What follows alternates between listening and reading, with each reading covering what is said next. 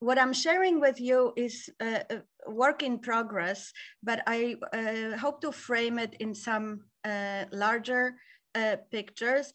But I came across a very unique source that is a collection of letters sent to Jewish committees after the war in 46, 47, 48, requesting assistance. And a lot of these letters are actually letters pertaining to the rescue of Jewish children, either rescue that already happened or rescue of children that were still with these families. And so I want to show you some examples and show you and discuss how complicated these relationships and the questions of assisting Christian rescuers after the Holocaust were, both for Jewish relatives of these children and for Jewish institutions. But let me start before these letters arrive. That is with the beginning of the care for Jewish orphans, many of whom increasingly will actually be hidden children, finding their ways to Jewish institutions, handed over or found by other survivors or representatives of Jewish communities. So this is a picture of the orphanage, very informal orphanage operating in very, very difficult material conditions in 1945 in Lublin. And it starts with a little over a dozen of children that were found, Jewish children that were found alive at Majdanek concentration camp upon its liberation in August 1944. And then within weeks and months, Jewish children started emerging from hiding, coming from families that sheltered them or handed over to a Jewish committee that formed in Lublin. And indeed, one of the main goals of the operations of this committee, it was later renamed the Central Committee of Jews in Poland. It was to represent officially, politically, be the representation of the surviving Polish Jewish community. So when it discussed its goals, the care for Jewish children, and especially care for Jewish orphans, again, many of whom were understood to be children that survived in hiding, was very high on its agenda. And as we know, those children that survived in German-occupied Poland were just a tiny, tiny fraction of about 1 million Jewish children that lived in Poland before the war. And estimates to the number of surviving children vary. What literature usually cites is 5,000, but I must tell you that on Sunday, I took a taxi in Wrocław in Poland, where I am right now. And the taxi driver was telling me about this incredibly talented son of his who is completing a postdoc in physics at the University of Chicago and who did his PhD at Weizmann Institute.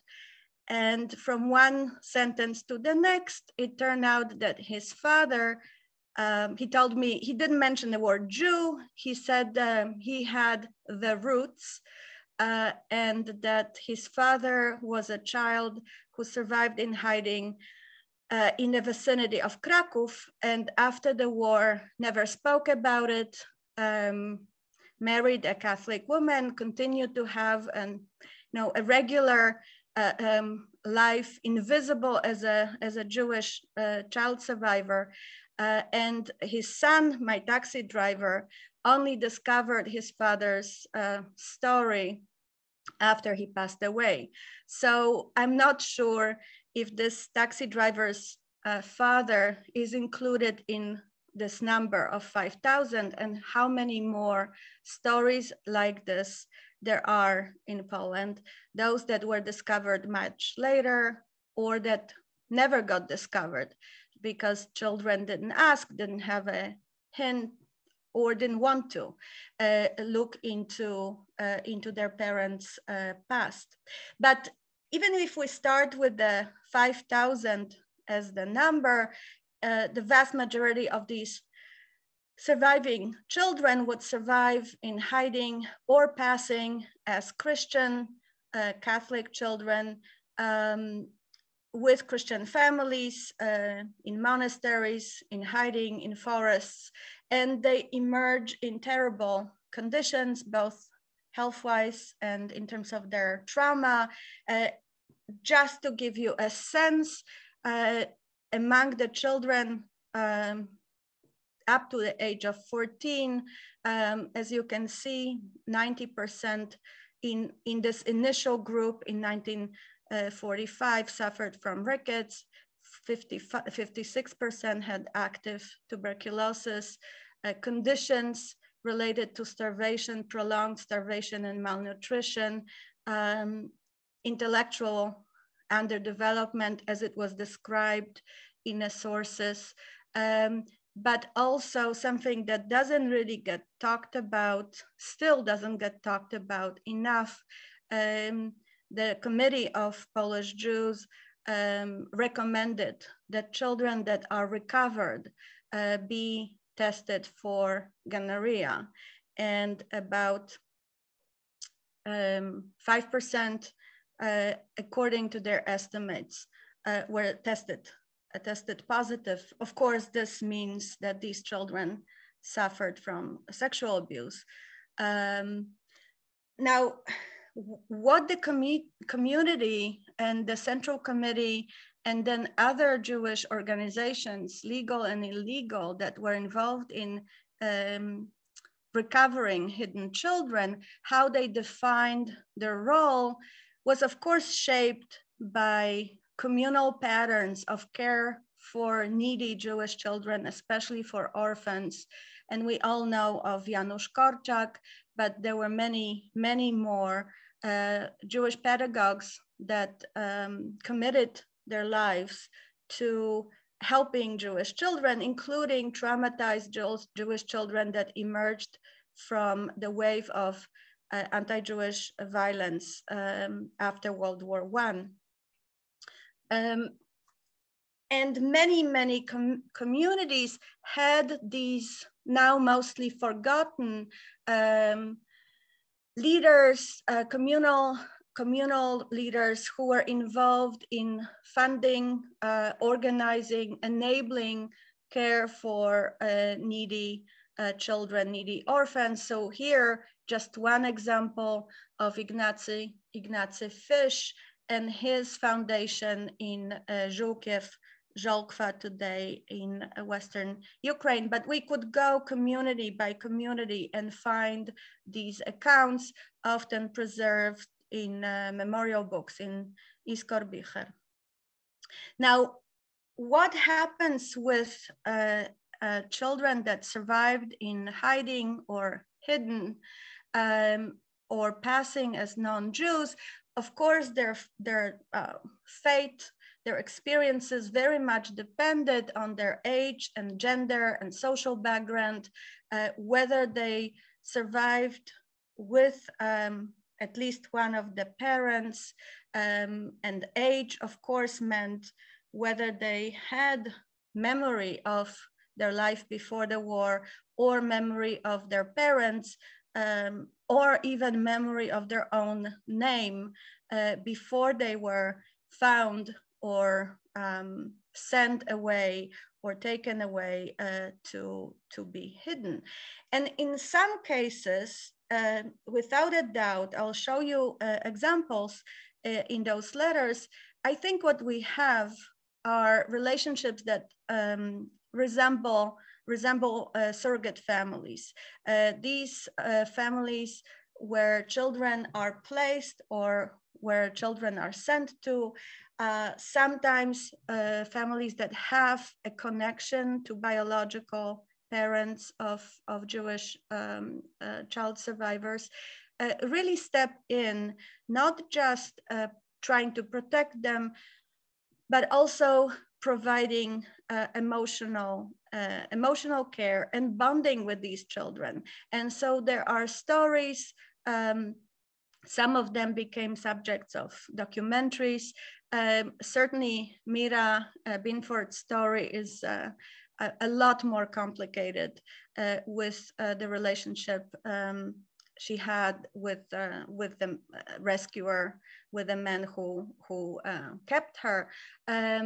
But there are stories in which Jewish children already grown up continued to relate to these rescuers as their other set of parents, going as far as even using two sets of names and two sets of names of parents, and believing that in a way they were given life second time by those righteous among nations. And of course, what I'm also interested in here is not only discussing the fate and the relationships of these children after the war as objects of rescue, but also thinking together about the agency of these children. And I think, again, since you saw Mira's film and you had a chance to talk to her, this is one of these stories in which we can think about the degree to which she tried to shape her fate during the war and shortly afterwards. Now, just for the record, and this is important for the letters and for the demands and requests for assistance, Poland after the war emerges with very different borders. The eastern borderlands become part of the Soviet Union. There are new territories, so-called recovered territories. This is where I'm speaking to you from right now, from Wrocław, which was a German city of Breslau before the war. But it also means that a lot of families, including these families who sheltered Jewish children, whether they became family-like relations or not, a lot of them move. There is a tremendous fluidity, and people leave behind homes and familiar spaces and people who know them, also those who know them as adopting Jewish children, which creates a great difficulties in locating Jewish children by relatives who may have survived, or by Jewish organizations who might know that someone, a mother or a father, handed over their child or children to a family, except that this family now lives somewhere else. Nobody has the address. And it becomes a true detective story in locating them.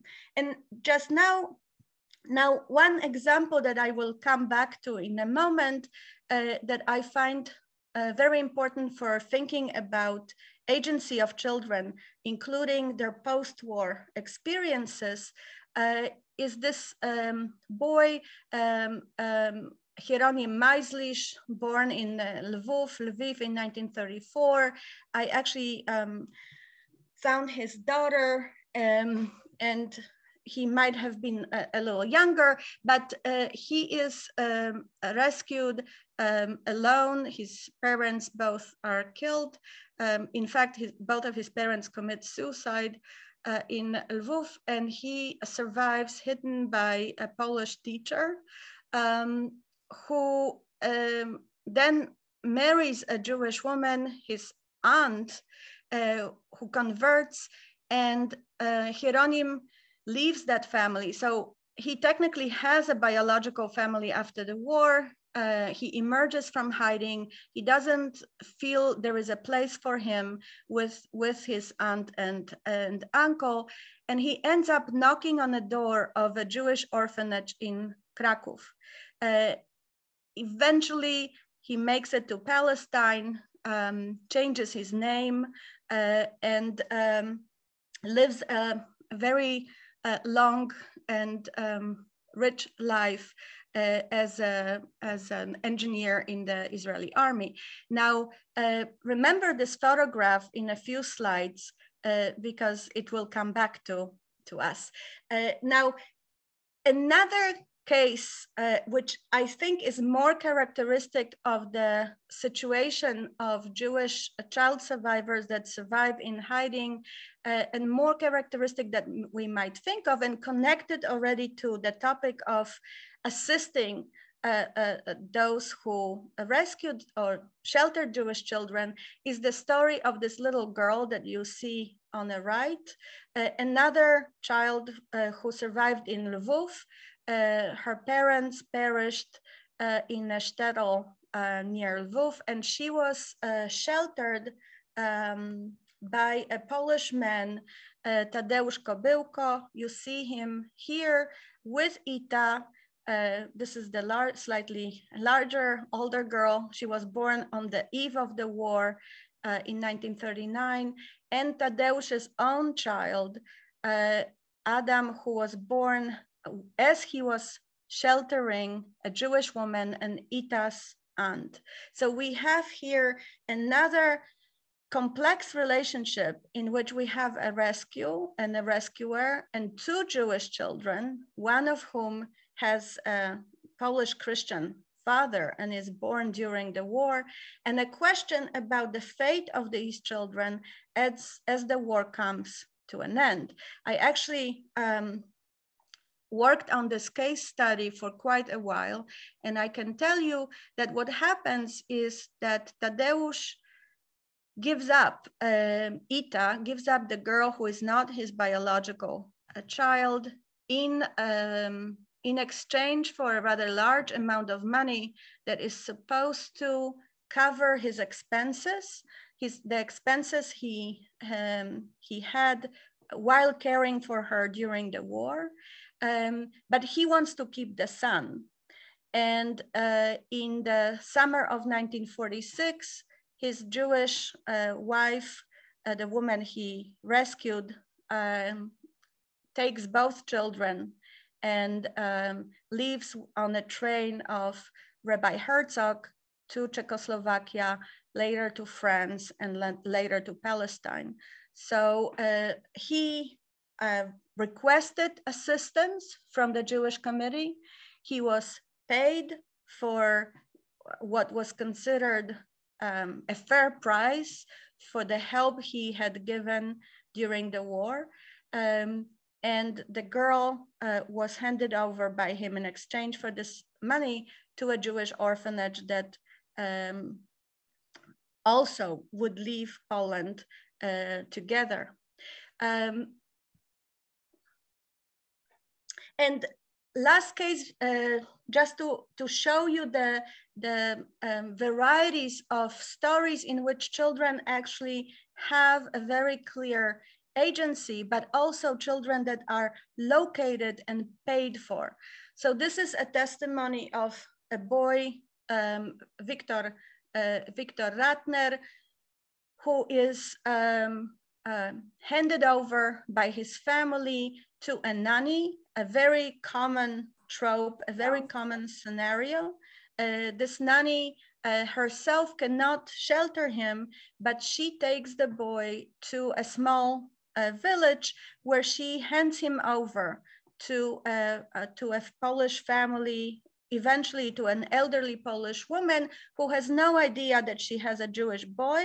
He's presented to her as a child of a Polish officer, and she successfully manages to keep Victor during the war. And after the war, like many Jewish children survivors, Victor, who remembers, he's old enough to know that he's a Jewish child from Lvov, but he has no intention to return. He knows that his parents were killed.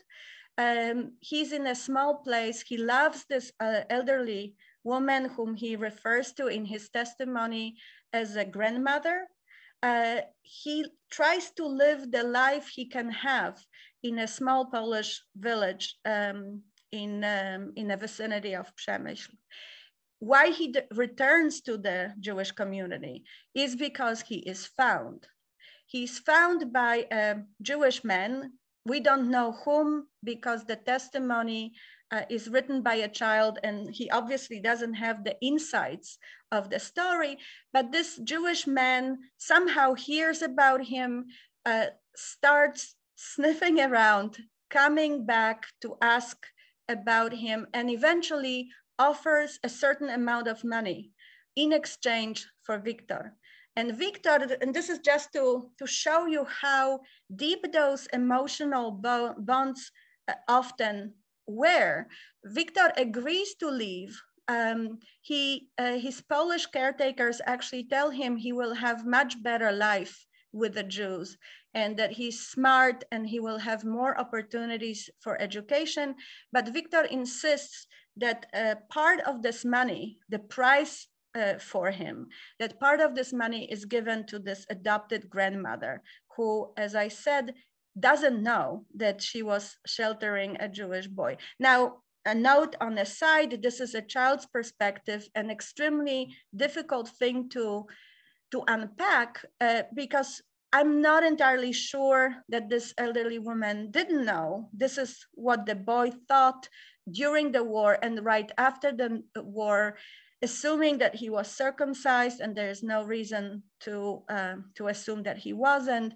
Was it really possible that this woman would not have noticed that she had a Jewish child? But for him, it's important to stress that this was a relationship that emerged from her caring for him as a Catholic Polish child of a Polish officer.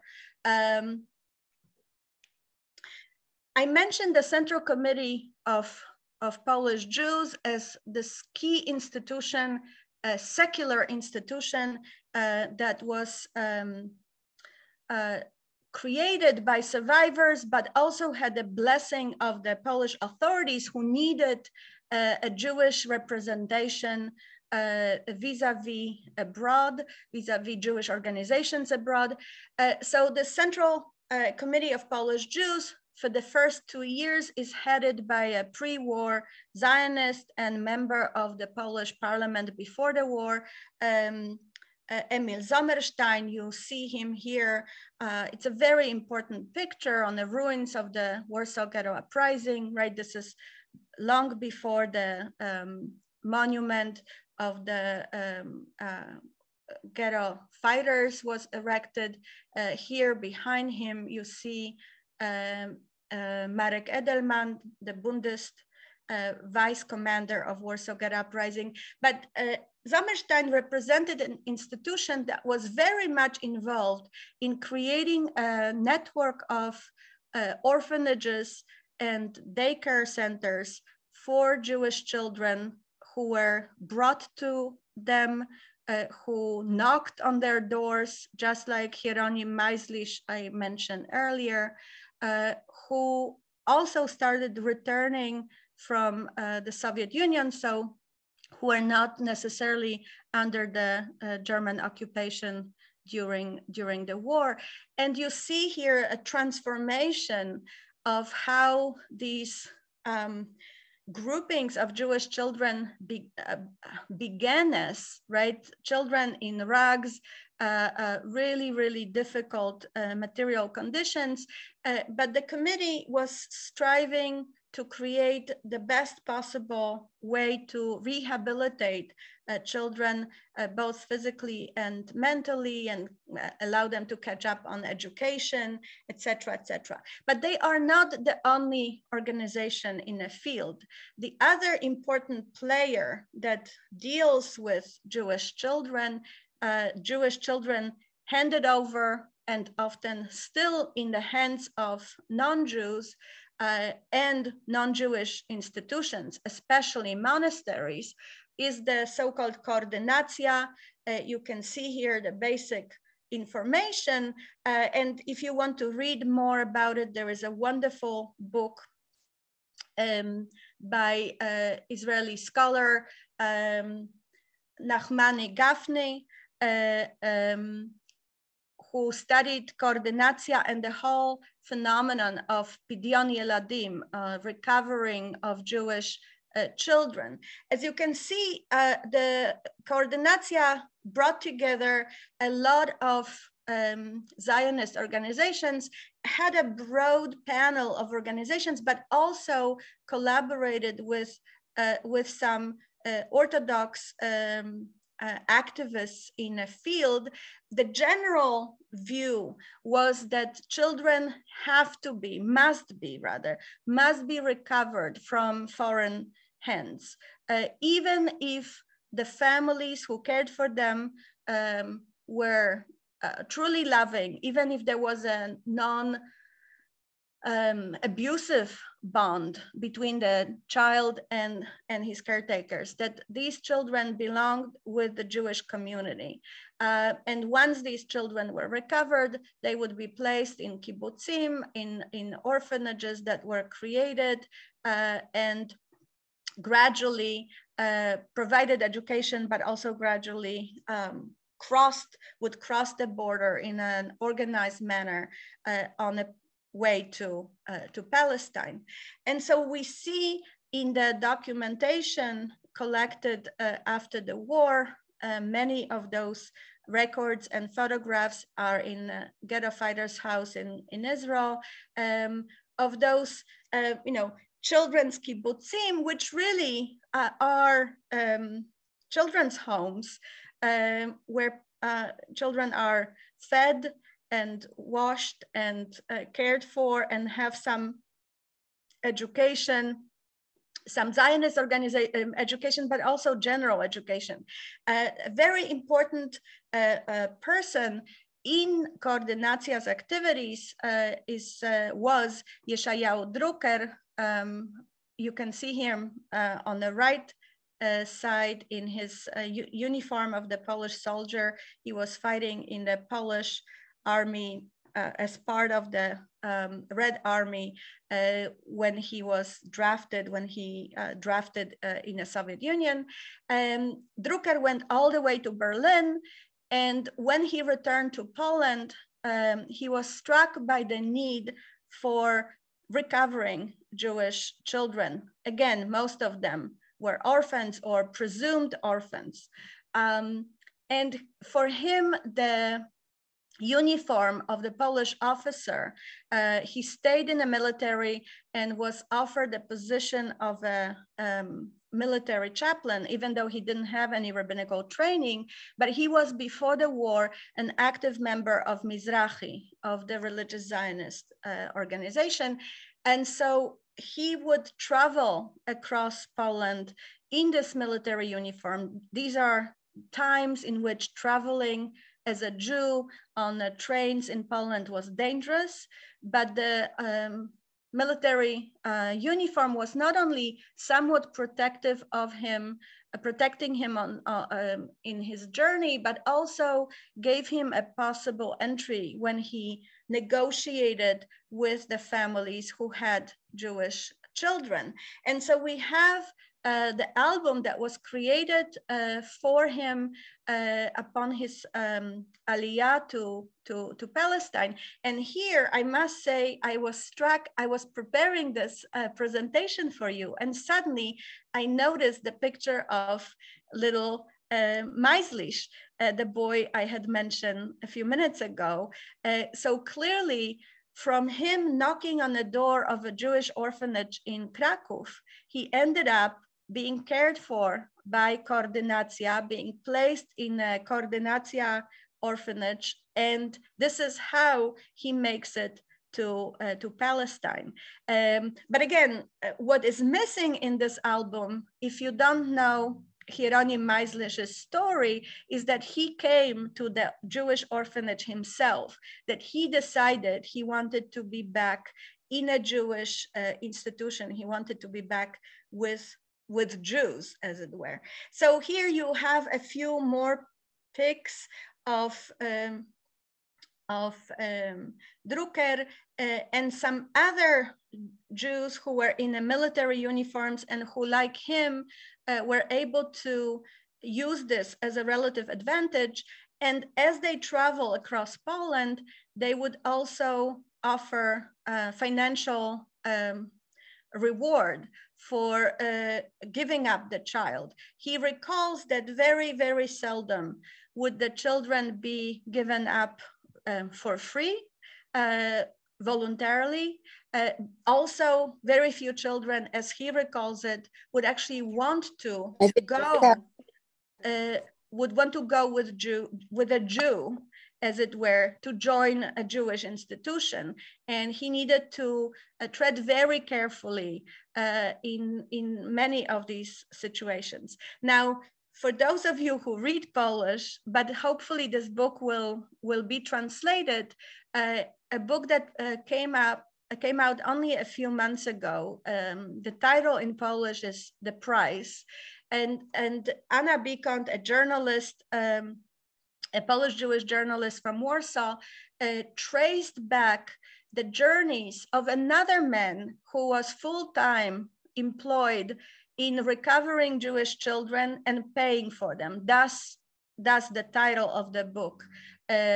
He was a member of the Central Committee of Polish Jews, and he went, as I put it here on the PowerPoint, on 28 trips between May 47 and August 48, searching for 52 Jewish children. And Bikont did an incredible thing. She actually tried to retrace his search and see what happened to the children he was able to find at the time, but also what emerges from Meisel's notes. He left behind very dry technical notes about, I went on day like this, I went to this place and that place, I paid this much and that much, and this person demanded this price for a child. That in post-war Poland, there very much was a price for a Jewish child to be released back to Jewish committee. And so what emerges from this, between coordinacja efforts, between individual efforts of some family members who survived and who knew that there were children to be found, and the efforts of the Central Committee, is that there was very much a financial aspect to the story of recovering Jewish children. But I want to also show you a few examples of how complicated this could be. So first of all, while for coordinacja, it was very clear that a Jewish child must be taken away from a Christian family. For the Central Committee, I think also because of the cost, they simply don't have the money to pay the price that is asked, especially in the first years.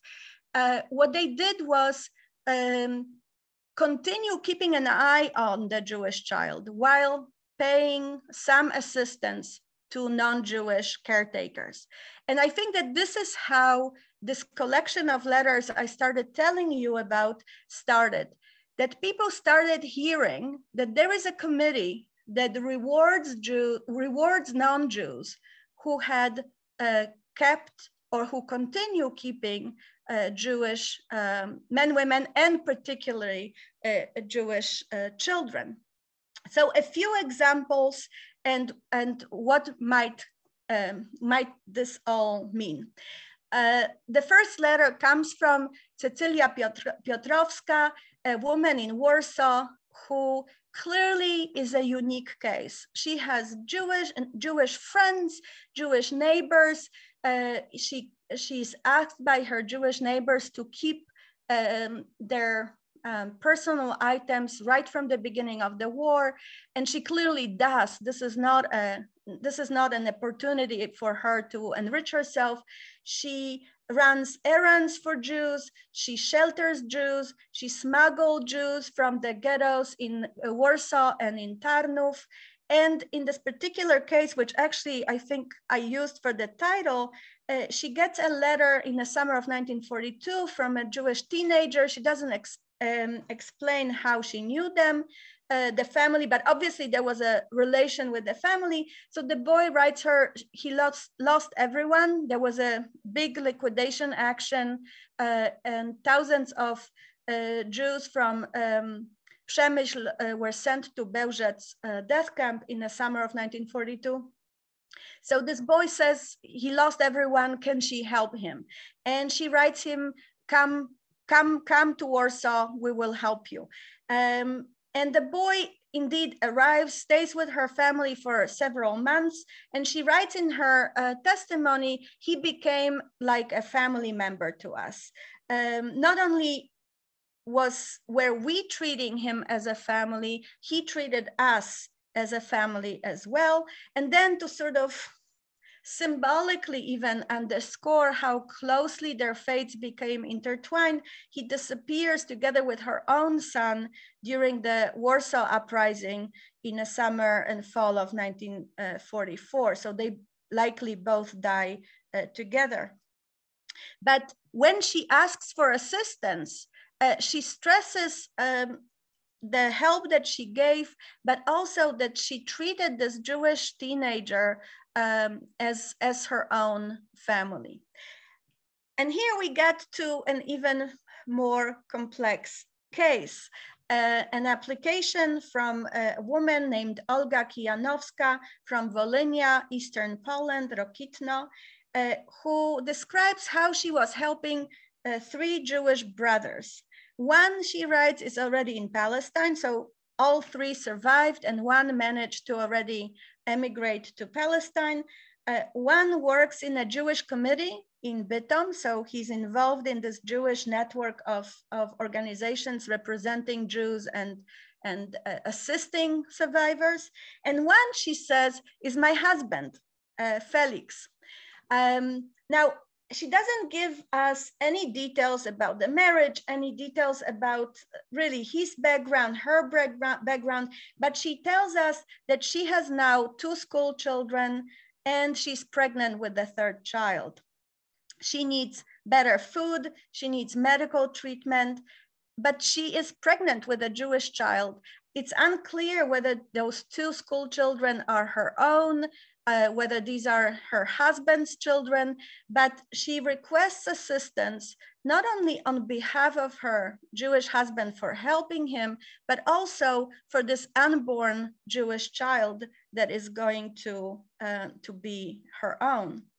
And there are more stories with Jewish children that are the basis of request for assistance. Here, another Polish woman who bears a Jewish last name because, as she writes it, she married a Jewish man in 1941. I'm not quite sure how she was able to marry a Jewish man in 1941. This would be impossible legally.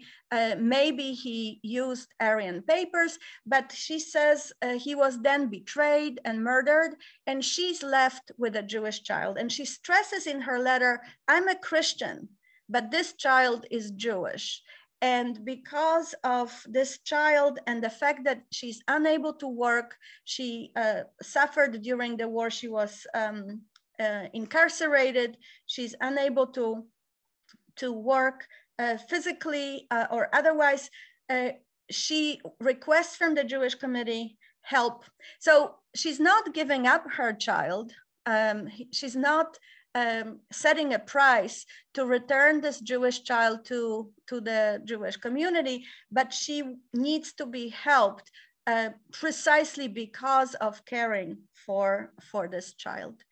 And another complicated case, here is a Jewish woman asking for assistance, Dora Lichtstein from Hrubieszów, asking and saying we are naked and barefoot when she writes this letter, but she asks for help for herself and her Polish Catholic husband, who offered her help, who sheltered her, who refused to give her up when he was tortured. And she writes, therefore, I am with him until this day, and I have with him a beautiful son that will turn 5 months on January 9th.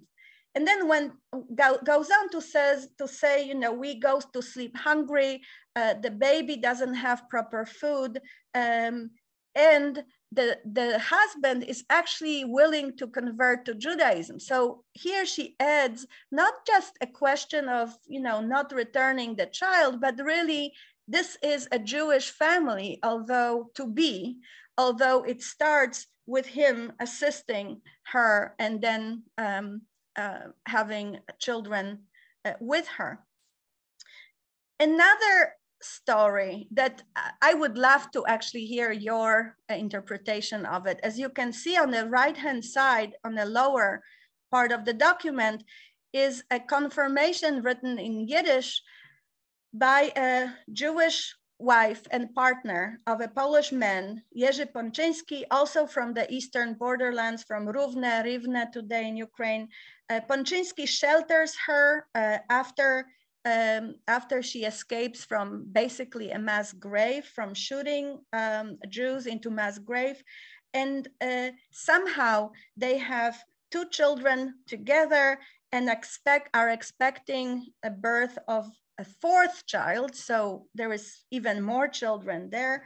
And the children that are actually mentioned in the documents that he writes, bear Polish names. So the family clearly lives as a Christian Catholic family, but again, it's the help given to this Jewish woman and the Jewish children that they have together that he wants to be helped for, that he needs the committee to help. And again, there is no expectation of somehow handing over the children in any way. Just a couple of more examples. Here is a letter application for help from one Leokadia Wesołowska from Warsaw, who was a nanny in a Jewish home. The father, the husband rather, is murdered very early on in 1939, and she continues to care for his widow and the children. She goes with them to the ghetto. She goes with them to Umschlagplatz, and she manages to smuggle the girl out of the ghetto, really on the verge of death, and presents her as her family member, presents herself as an aunt, and continues to care for her after the war, although it's not clear whether she is now the adopted mother of the child. Tekla Piasecka is